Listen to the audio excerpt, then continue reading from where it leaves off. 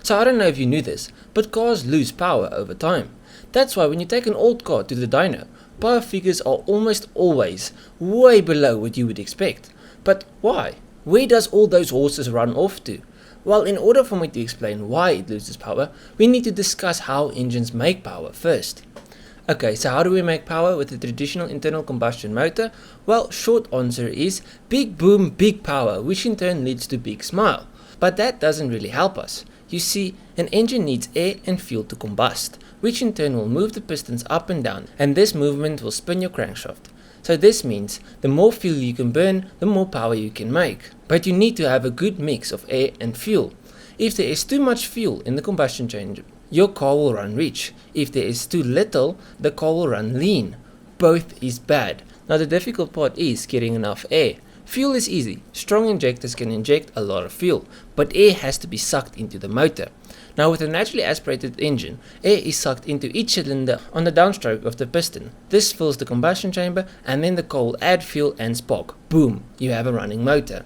So now you know how our engine works. This will help you with the rest of the video. I promised I didn't waste your time. First reason your engine might lose some power over time. So let's start with easily fixable things and then go to more serious things that happen to your engine over time. So as I said, cars need a certain amount of air to mix with the fuel to make power. Now all engines are fitted with air filters. The air filter basically just keeps unwanted crap out of the engine. Now over time, this filter can get dirty, especially if you don't replace or clean yours often. Now when the filter gets really dirty, the engine will struggle to get the right amount of air through the filter. This means your car will adjust its fuel to keep the air-fuel mix perfect, but you have less air and less fuel, so in turn this will cause the car to make less power. Fix, clean your damn filter, or if you use the stock paper filters, just buy a new one. Next one is your fuel filter. Same as with the air filter, if it gets clogged the car will struggle to supply the right amount of fuel to the engine. Again, just replace the filter. Now on to more serious stuff. Injectors. So carbon and stuff can clog your injectors. Now with some cars you can just service the injectors and you should be okay.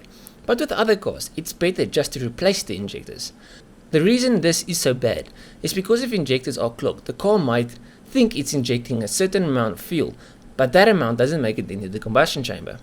Now really bad injectors will lead to misfires and rough idling cars. Next up, carbon buildup. This is something that happens to newer cars more than old cars. Why? Because new cars tend to use direct injection, where old cars had port injection, which meant the fuel could clean away some of the carbon. But now with direct injection, the car's fuel gets injected straight into the combustion chamber, which is better for performance. The only negative is the carbon buildup. Now why is carbon buildup bad? If carbon deposits build up on the valves or valve seats, this can prevent the valves from closing properly. If an intake valve cannot fully close, it will allow air to escape during the compression stroke. So you are losing air. This can also lead to a car backfiring because the air-fuel mix is incorrect. The fix for this is not blasting the engine, but it will start straight afterwards building carbon again. So this is like a never-ending cycle. And then onto the two last things I will talk about. These are really expensive to fix. Piston rings. So when your engine runs, the piston moves at thousands of RPMs per minute, and you drive it for hundreds of hours. So it's fair to say that there will be some wear over time. Now a piston will have a piston ring on its edge. The piston rings are designed to seal the gap between the piston and the cylinder wall. This makes the combustion chamber airtight and blocks the air from escaping down the cylinder wall. Now if your piston rings are worn out, air and fuel can leak down into the engine. If they are worn badly, oil can push up past the rings into the combustion chamber, which in turn means your car will burn oil. This is bad for performance, and the environment, and your pocket. And lastly, compression. Every car has a certain compression ratio. Now, as I said before, there are lots of moving parts inside of the engine. Now, as you use an engine more and more and more, the engine metals wear. So like I said before, the piston rings can wear. But more than that, the actual cylinder wall can wear. And this will lower your compression, as the air can move past the piston ring in between the gaps in the worn cylinder wall, and again you'll lose air, and that will in turn drop your compression ratio.